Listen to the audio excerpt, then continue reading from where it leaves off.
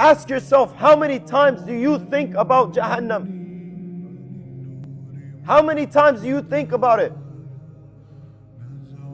Do we really think that we're going to make it to Jannah? Ask yourself what you do in your daily lives. The salah, do you pray your salah 5 times a day on time? Or do you choose that video game over your salah? Or when you're on your phone at night, are you fearing Allah, that Allah is watching you?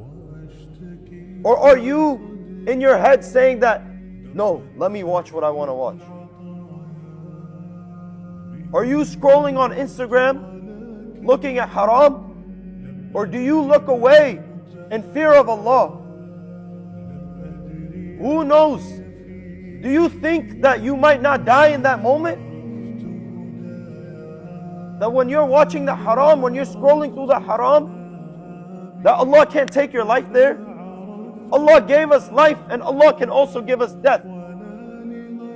كُلُّ نَفْسٍ ذَائِقَةُ الْمَوْتِ.